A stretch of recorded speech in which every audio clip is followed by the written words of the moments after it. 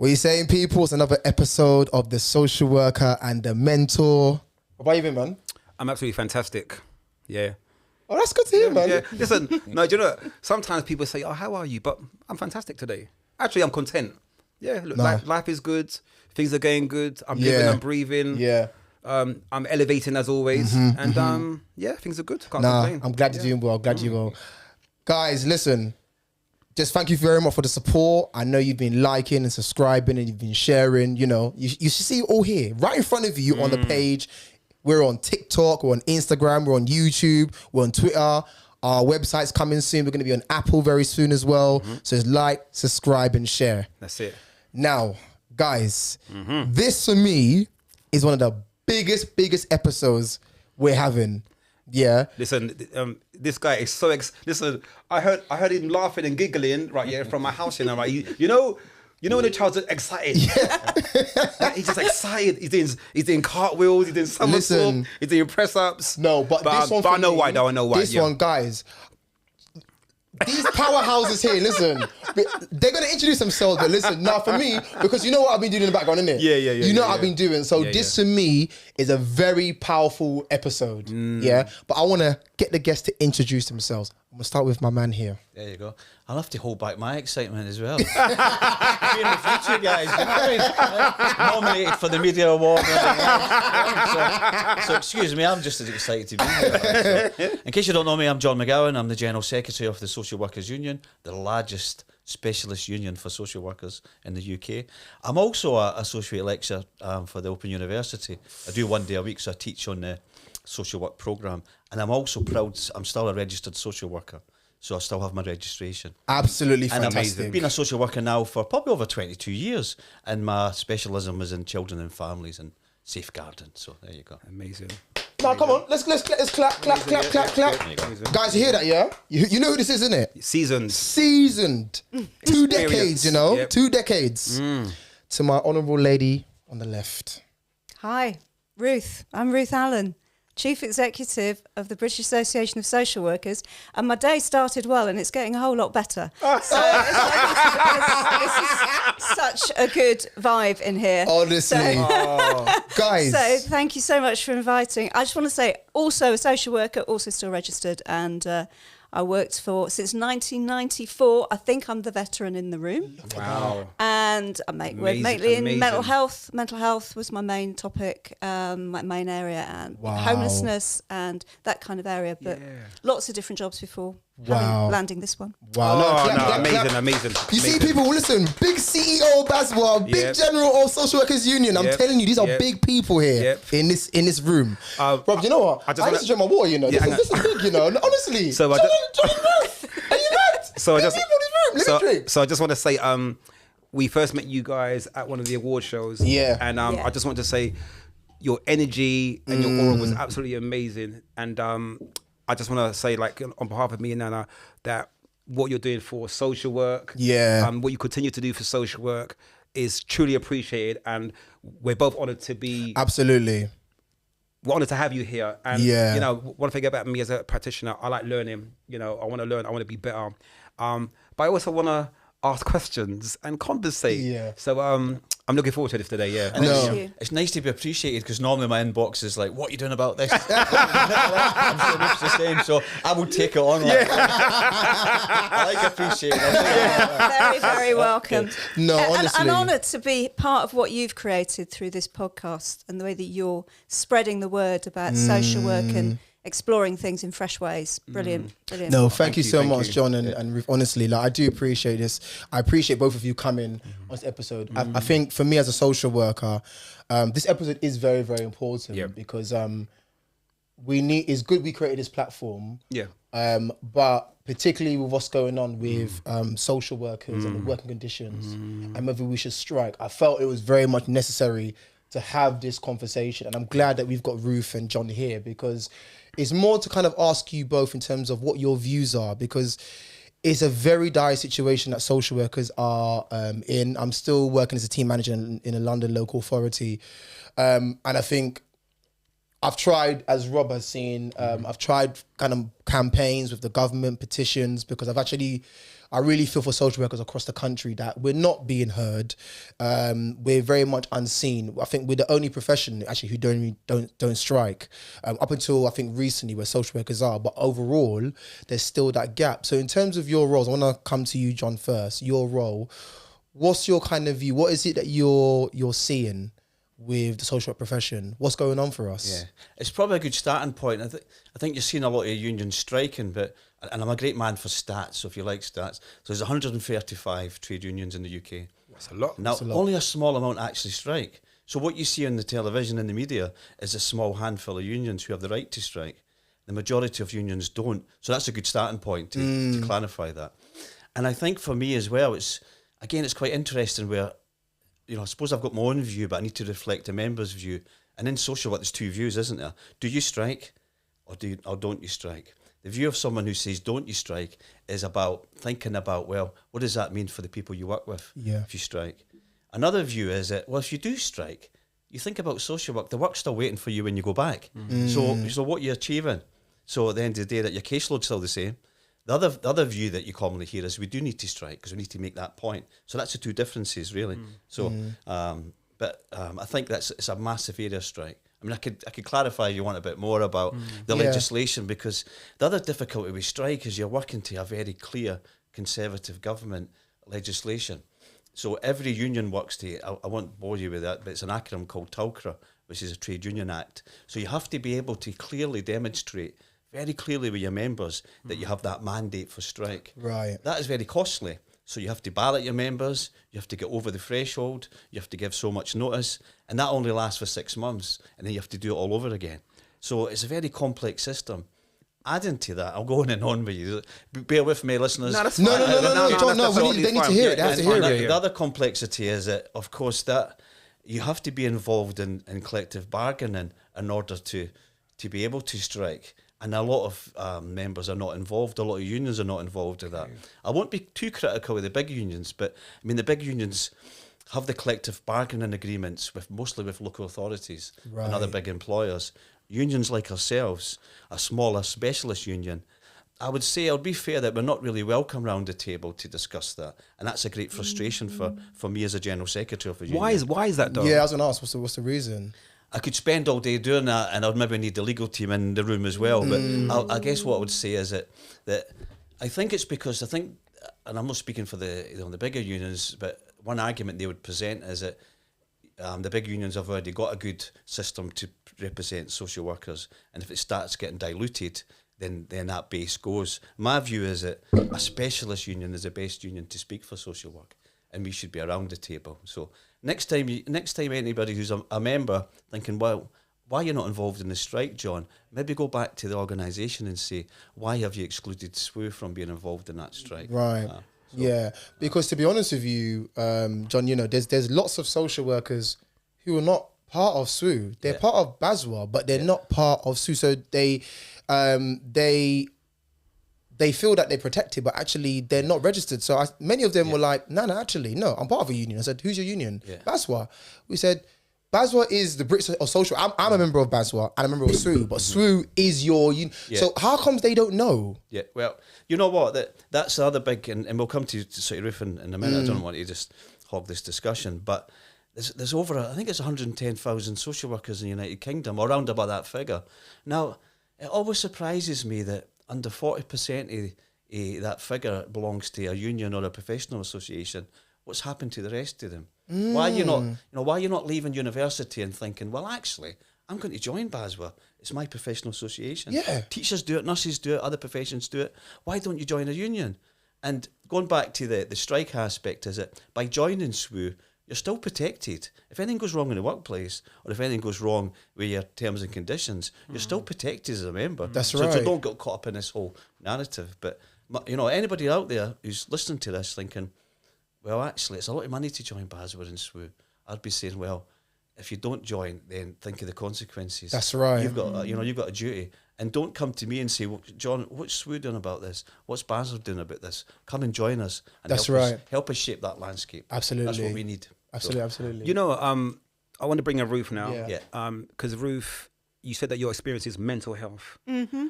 Now, as we know, since COVID in the last 4 years, mental health has risen to extremely high cases now. Now, on a professional level, as practitioners and social workers, it's even more quite concerning.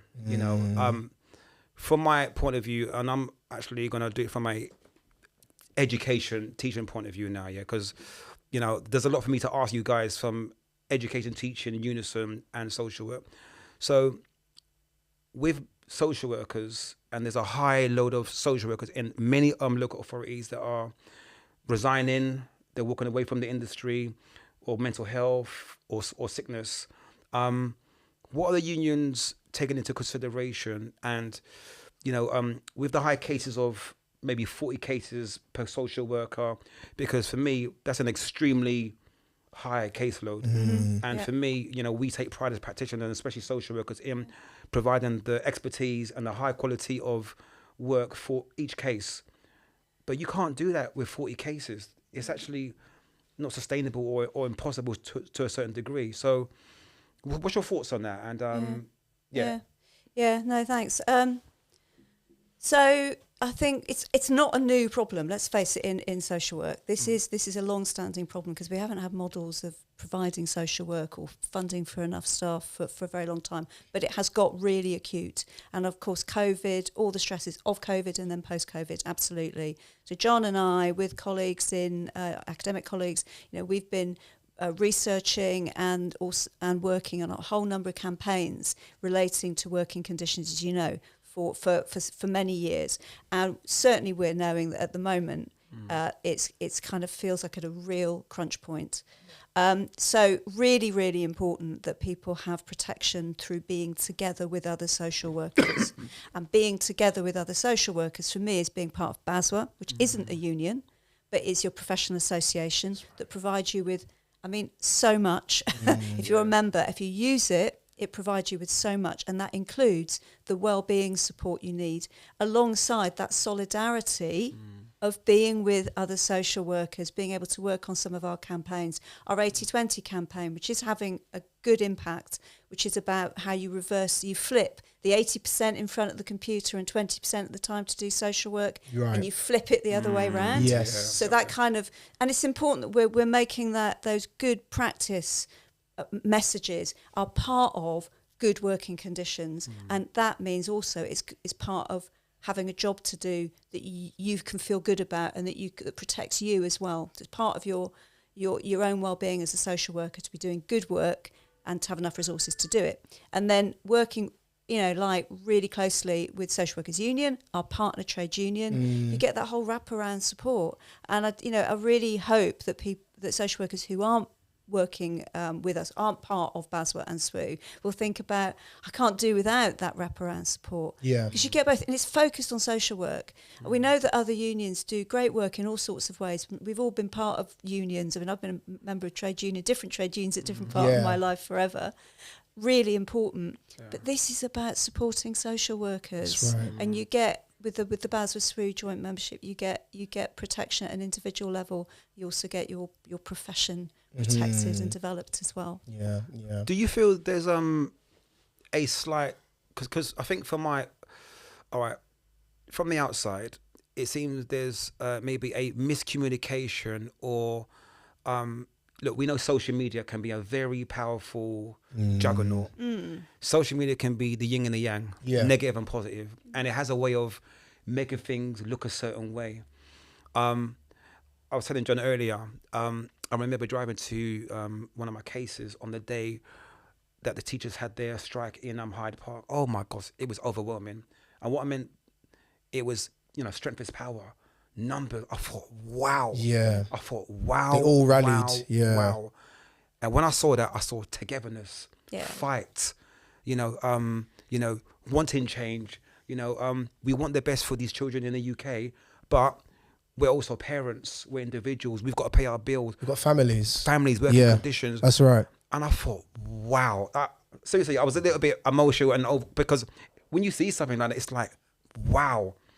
And as I was saying to John earlier, I work with social workers on a daily basis, and I know what they go through. I mean, we all know what they go through, and I suppose from an education look on the outside, we're thinking, why are social workers not getting the same sort of, I'm not saying support, or why is that not happening as well? So I suppose I'm asking you guys, why is that not? Because you guys are doing as much as teachers, but working conditions are not, for me, it's not acceptable to a degree. It's especially nowadays with well-being and mental health. Yeah. Can I say from my yeah. Sorry. I think for me, being still in working in local authority, I think when me and you spoke in other episodes as well, I think it's also about how the social work profession is viewed and seen. I don't think social work profession is respected. We're still not, even by the government. Because I was very offended by one of the MPs, Flick Drummond, who made a comment to go and say that during the pandemic, social workers sat back into anything. I was very I called her out on it. You know what I'm like? I called her out on it because I remember I was out on the pandemic doing home visits. Yeah. Before they brought in PPE, I know BASW and Social Workers Union, they put out a lot during the pandemic about social workers, about protecting ourselves. For MPs to even come out and say that is highly disrespectful.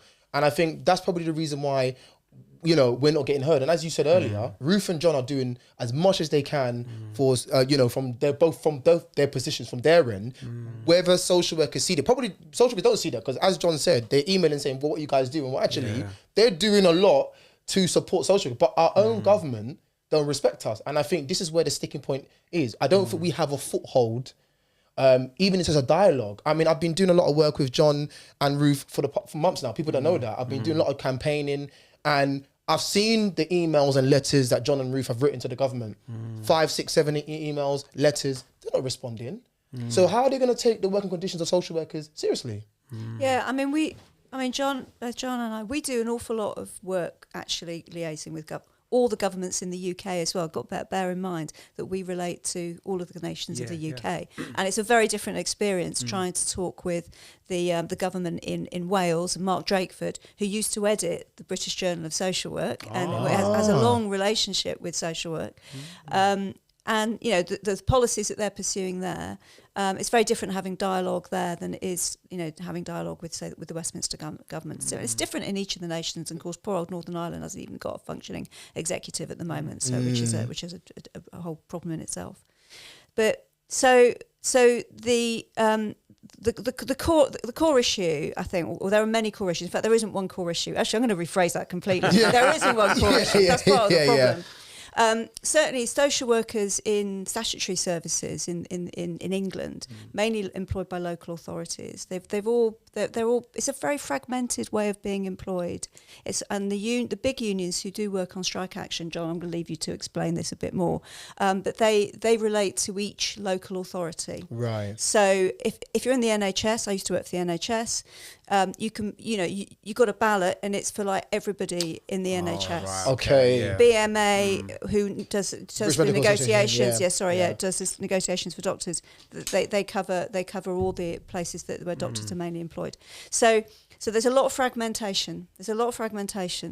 But in terms of influence on government, there are different ways of having influence. I do agree with you. Growing numbers is really important, which is why we are now looking at we want to really move on growth in numbers. Fantastic. Because there is strength in numbers. Yeah. It's not the only way you have influence. You can have influence in other ways as well. But on fundamental working conditions and making sure, and obviously just growing that visibility of social work. That's right. More members is really important. So I'm not denying that. Do you feel because one thing I'm quite big on, and I probably take a little bit more pride on this more than anything else. There's a lot of there's a lot of younger social workers now, a lot of female, a lot of guys. Not as much guys, but a lot of younger social workers now. And it's almost like at times I see there's like a generation sort of battle, or like being a new social worker, or the new ethos of being a social worker, and then there's the I don't know, let's say like social worker from 20 years ago, whatever, whatnot. What are your feelings on the new social workers, and you know, I don't know, maybe helping them shape the change and guiding them, and because right now, I think for them, they've got the brunt of the last 10 years. I get what you're saying. Yeah, or what's going on now, and then. Yeah. They're thinking, oh my God, I don't even know if I want to do this anymore, you know, or maybe sometimes the teaching that some of the lecturers are not as up to date or preparing them for like on the field, what it's really going to be like and everything. So I don't know what both of you guys' feelings are on that at all. Yeah. I think there's a new change, and if you go back again to history, that it was only about 10 years ago when they lowered the age in social work. I don't know if you know that, but it had to be 25, and when social work signed up to the UCAS scheme, then they reduced the age. So, in effect, anyone leaving school joins a social work course. And that's not an ageist argument, it's young people coming in. I think then is it that knowledge base of life skills has been lost. But again, that's not a criticism because you can build on that during your practice.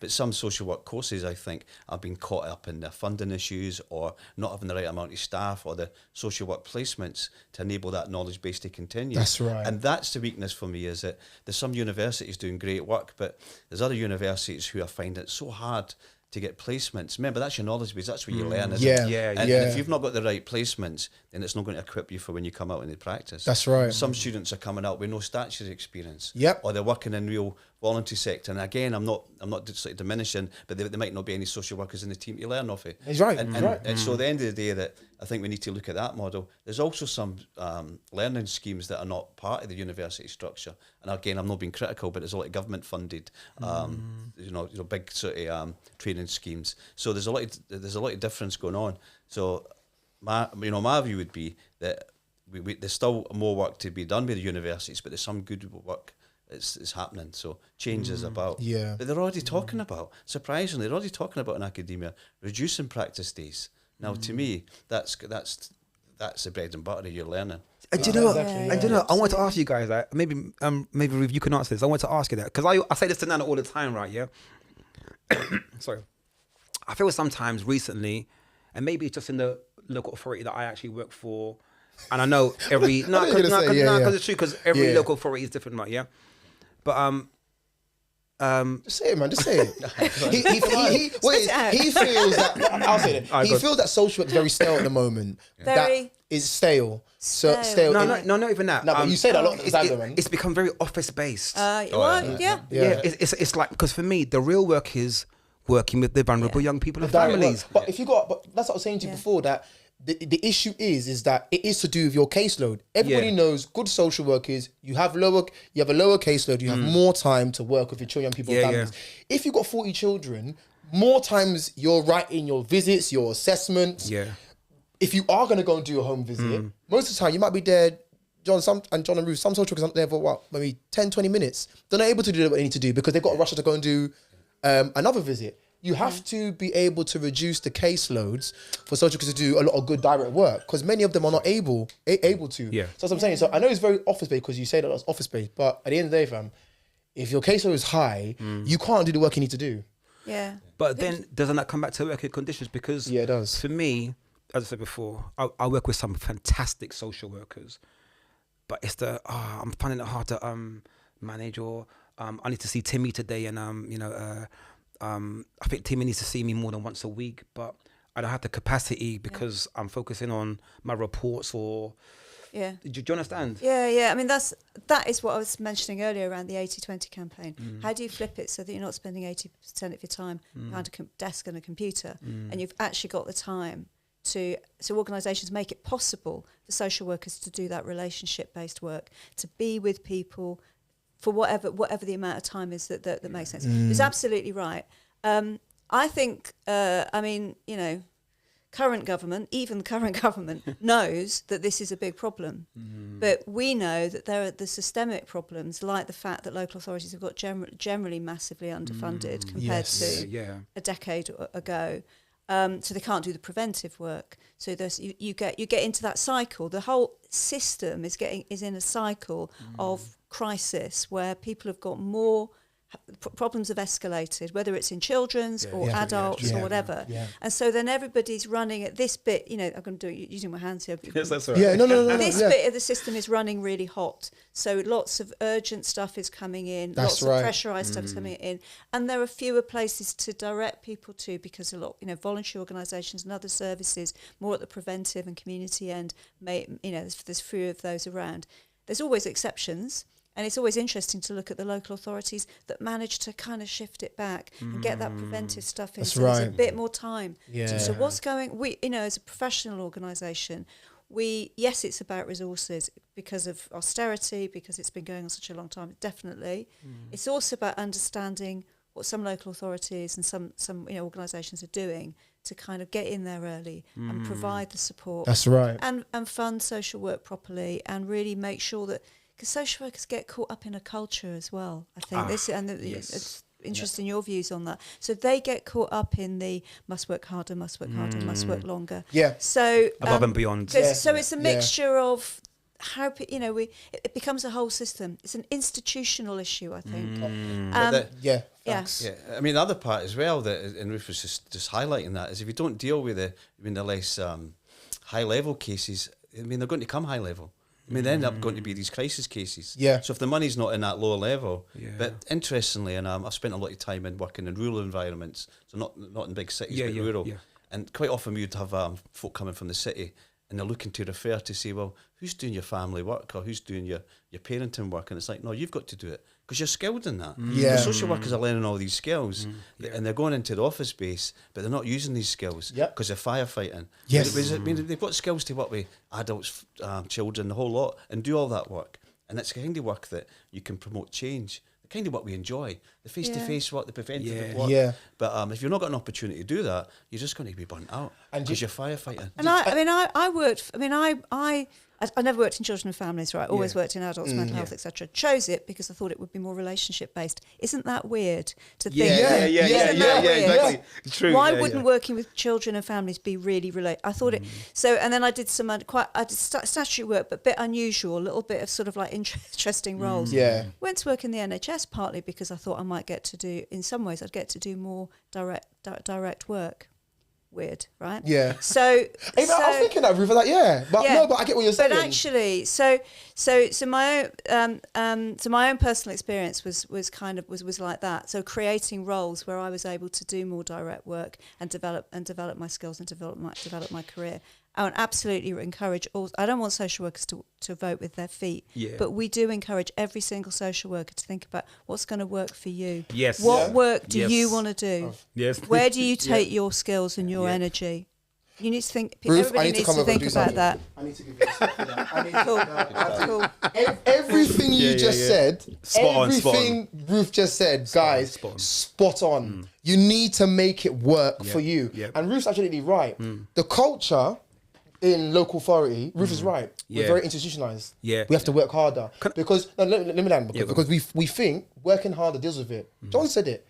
Working conditions, social workers are always firefighting. From the very, very beginning, you get that referral from front door to even when children are in care. Yeah. We are always firefighting. That's part also the working condition as well. And we have to say it. The culture of social work right now is we're always in crisis. There are some local authorities who were able to deal with it better. And I think, Ruth, you're right. We have to, and I think that's the reason why some local authorities go and say, oh, so what is this LA? How are you guys managing to deal with it? But yet we can't. But then you have to think about your demographic. You have to think about the areas you're in. Yeah. It's like south of the river, social workers who work in south of the river. I work south of the river now. They tell me, Nana, it's a beast. North of the river, it's a beast, but a different kind of beast. East of the river, might be. Do you know what I mean? So those are the things. But I think Ruth and John are spot on. Yeah. The culture of social work is crisis intervention. You're always firefighting. Is that the River Forth? Is it in Scotland? No, but it's true. But there's only one river. But that's it. They literally, everything you always talk to me about, they've literally, John and Ruth answered it. Do you know, I'm always, we're here to talk about solutions as well, right? Yeah. So one of the things I wanted to ask you, when I first started in local authority, there was a lot of job sharing, so I suppose this is a question for all of you, I suppose. So let's say like you had, let's say 10 cases. This is just an example now. Let's say even 20. And when the 20 cases, you're working jointly together. So like maybe one's doing the paperwork, one's doing the home visits, and vice versa. Do you think, is that something that could maybe be incorporated or changed in social work, or that could happen? This is just, I'm just asking, I think it goes back to that discussion, what is a case? Because people get caught up in holding cases now. Now I've had members and other social workers say, John, I'm so frustrated. I've only got 9 cases, but folk don't realise the complexity because you're dealing in high-level child protection cases. Yep. Somebody who's got 30 cases, I really feel sorry for them, but they might just be sitting at the lower level or the statutory visits. Yeah. And so I think that's important to clarify because you can get caught up in a case argument because 40 cases sound a lot compared to somebody who's got 10 cases, but the 10 cases could be so complex and involving you all around the country, whatever. And just, I don't think we've touched on it yet, but the other bit is important as well, having the right manager. So you talked about going into a team. Now the push towards management's got to be right. You need a manager who understands the social work career, understands the path, understands your development, understands maybe the administration, but they need to care for you and they need to advocate for you. Do you think generically, so this is generically, is that a big issue? Personally, I think it is. I think managers, and any managers listen, I'm sure there's so many doing a great job, but there's some managers going up the level far too quickly. And you think, have they got the real knowledge base to equip them for that management journey? What management training have you had to deal with other employees who might be struggling? And certainly you shouldn't be sitting down with a manager who's got the head on a laptop saying, like, tell me about your next case, tell me about that. They should be interested on your interventions and your assessments. So, it's a sort of, and the relationship between management and supervision, management and support, peer support, all of those things. There's a kind of a mixture of things that people need, I think, in the workplace. So you need a manager who's really skilled, has got the right experience, and has got the right support themselves. Because a lot of the time, you find like a team manager. You're a team manager. Team manager, I've done that. Yeah. Job. You're the jam in the sandwich, really, aren't you? You are the jam. You are. You're between top manager and your social workers. And you're having to obviously try and respond to your team, absolutely, to the people that you're serving, who you're in contact with as well directly. So you're really seeing it, and then you're responding to that senior management and senior leadership kind of ambition and imperatives and the must-dos, and you're having to translate all of that. And it can be a really especially when things are pressurised and not enough resources. Very very kind of pressurised role to be in. Very skilled. Very, very skilled, and you can see when people do it brilliantly. I'm sure you're doing brilliantly. Thank you. And you can see when people are really floundering, and often it's the person's floundering, and they're not actually able to fulfil it. And then of course, so organisations need to recognise that and support people in those roles and get the right people in them, and we might come on to talking about that sort of difference between those different things that you need. You need good management, you need good leadership, and you need good supervision, and a good sort of peer support. You need all of those things. When we wrote the Working Conditions Toolkit, which is available on our website and all it's good free websites. to download. Free to download. We were really looking at... Don't worry, we'll put it on there. Put it on there, guys. You guys, you will see it. You will see it, guys. You will see it. It's aiming to... One of the things it tries to do, it doesn't answer all questions. I mean, this is really complex stuff, right? So it's not going to answer everybody's question on everything. But it talks about that relationship between those different bits of support, different bits of management, the resourcing, all has to fit together. And it's the overall, ultimately the organisation as a whole has to, and it's a really big challenge. I mean, there are people that we talk to in very senior roles who are having a hell of a time. So let's remember that, in terms of it's very difficult for them to square the circle. So anyway, as push for that for the toolkit, but also that point really about how you respect the different skills that are needed to do those different things, and you need all of them. And supervision goes by the wayside sometimes. It's just management. Maybe there's no leadership. Maybe there's loads of leadership, a lot of sense of vision, but actually translating it into doable things. Too top heavy. Right, okay. Yeah. All those things can go out of balance. Right. One of the things, John and Ruth, I wanted to ask is that, because we are about the working conditions, how do we kind of prevent social workers, we can't, from leaving? Because right now, what I've seen is the amount of social workers who are exiting, the rate is absolutely, it's going through the roof. And also, social workers who are finishing the ASYE, they're not here for it anymore. Once they're done, they're like, see you later, they're bye-bye. like, see ya, no, bye-bye. I've done my ASYE, I'm finished. What can we do to turn things around? For those who are watching, there'll be many students who might be like, you know what, when I qualify, I'm not going to go into social work anymore. Or when I do my ASYE, I'm finished. What can we do to kind of keep and retain them? Because staff retention is a big issue. I don't even want to tell you, my look for where I'm at, the staff retention is horrendous. But what can we do from BASW as social workers union to, you're doing everything you can, but what kind of message can we say to them that, look, your job role is still important, stay in the profession. You know, I know it's £90 to register, but we need you. What can we do?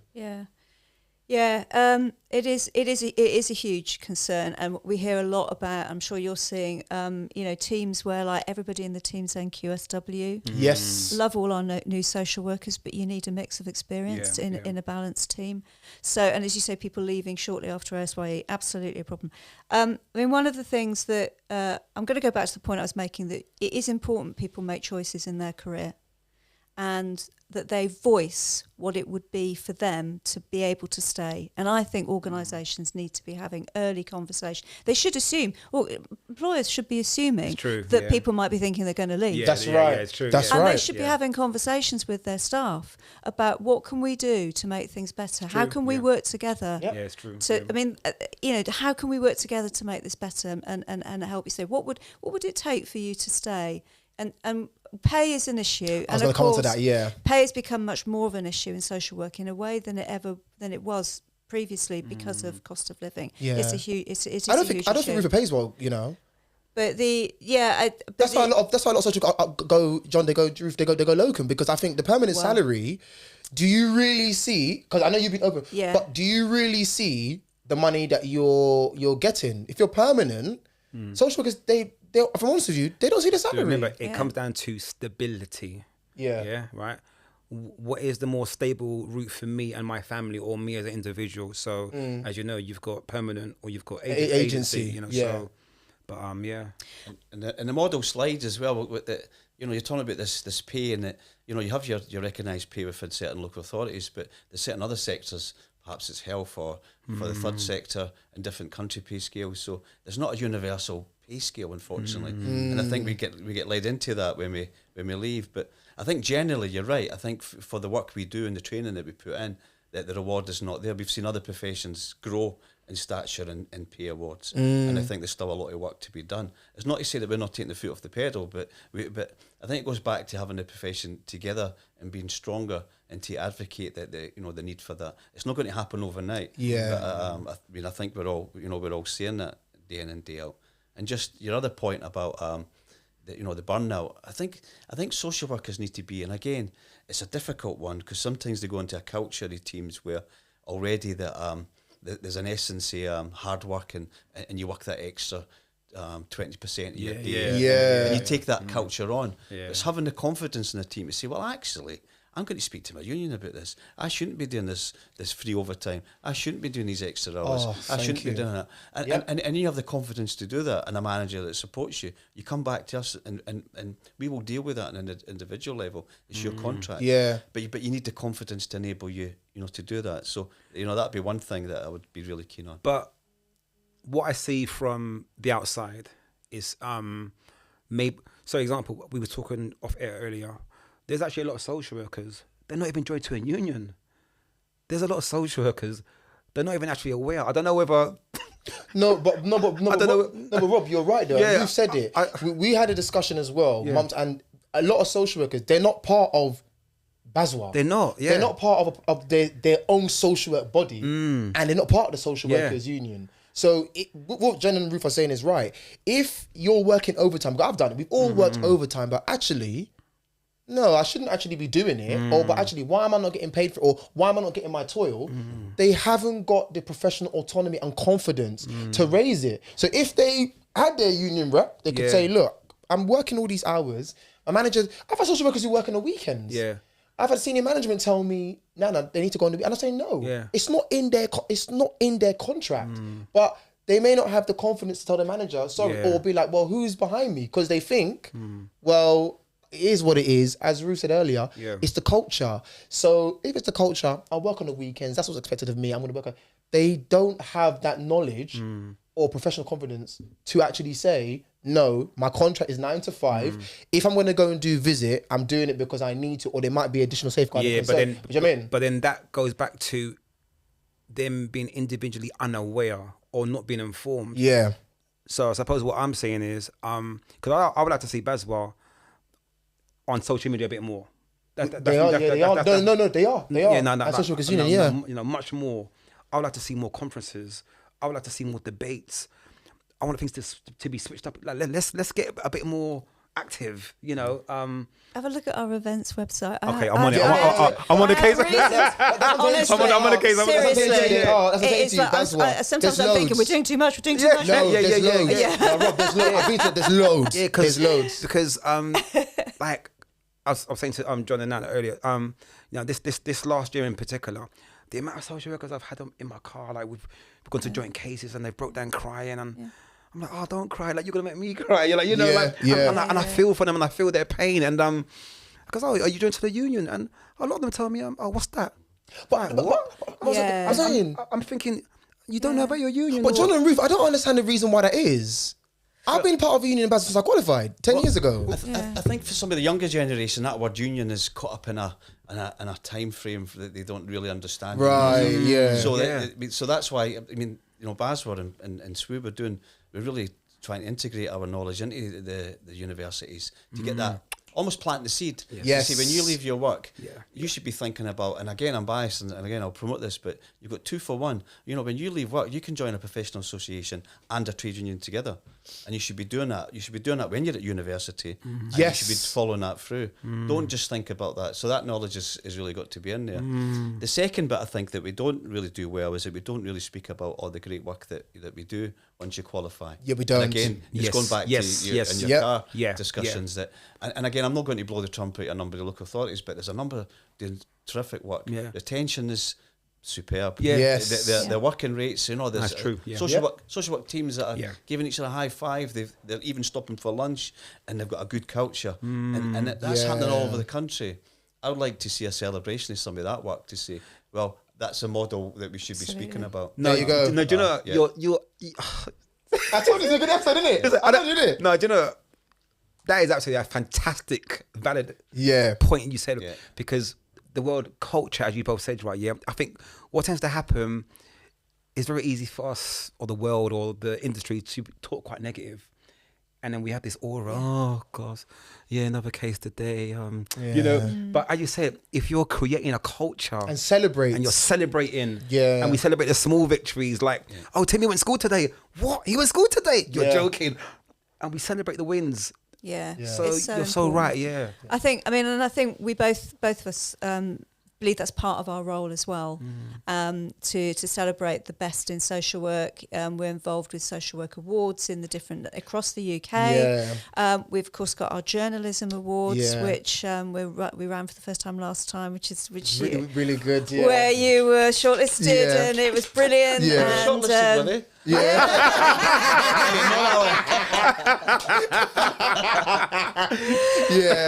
you know, it's just because you need all those different ways of telling the story. That's right. Of the struggles in social work, but also what's really good. And we need to feel confident. Social workers need to feel kind of individually confident. That's right. We do amazing social workers. Every year BASW runs the Amazing Social Workers, which is a social media thing. Where people nominate, basically social workers celebrating other social workers during World Social Work Month, and the number of nominations has gone up and up and up year on year.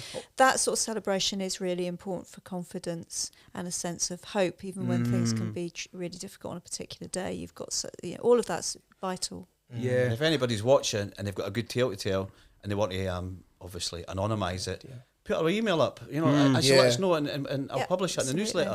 So if you're sitting there thinking, actually, I was doing this great, that's amazing, change somebody's life. Please let us know about it. No, it's true. It's true. Yeah. So guys, listen, all I want to say is, because episode's coming to an end in a bit, that for social workers and students who are listening, John and Ruth here, they have got your back. And I know many of you may write in and think, oh, what are the unions doing, what the BASW are doing? Ruth and John are doing a lot for us as a profession. Amazing work, they are doing amazing work. I urge all of you, students, social workers, join BASW. It's our professional body. Join the Social Workers Union. It's called the Social Workers Union. Join. You will have support there. Say that again. Join BASW. Join the Social Workers Union. BASW and Social Workers Union, they are on Instagram. They are on Twitter. They are doing good work. I've been part of them for 10 years. I'm not saying it because John and Ruth are here, but John and Ruth are doing a lot of good work for us in the background. So if you feel that no one's doing their thing or no one's trying, they are doing what they can because I've done work with them. Yeah? So there's light at the end of the tunnel. You are valued as social workers. You do brilliant work. It's recognized. And that's what I got to say. And to the local authorities, as our fantastic guest just said, creating a positive culture, provides positive outcomes. That's right. Right. Yeah. And thank you very much. Thank you very much. A quick comment. Go on, John. Yeah. No, it's also just to highlight as well. We've got a high-level advice and representation team in BASW and SWU.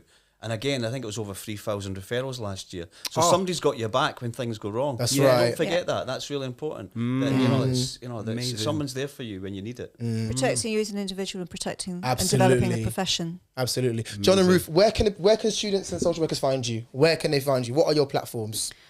Well, baswa.co.uk. Yes. Got a brand new website. It's looking very funky. Make sure you go to the new one. You get a click through. It's guys, you're going to see it really here good. on the page. On the screen. And obviously on Twitter, on Instagram. I think we're on Threads now, on Facebook. Okay. Yes. John, where can they find you? So how we work is we've got a cooperation agreement which enables you to join SWU at a very reduced price when you join BASW to encourage that joint approach. Yes. I mean, you can join SWU without joining BASW, but why would you? Yeah. So if you join BASW, you can join the union at a very small price. Fantastic. Yes. And again, you could find details on the webpage and through all the other ones. I was going to say TikTok, but it's... We're not doing that yet, I don't think. It's not a bad idea, though. It's not a bad idea. So guys... Ruth wasn't impressed with that. So guys, you know what to do. Like, subscribe and share. Thank you so much for tuning this episode. And guys, we will see you soon. Yes. See you soon. Peace. Thank you. See you. Bye.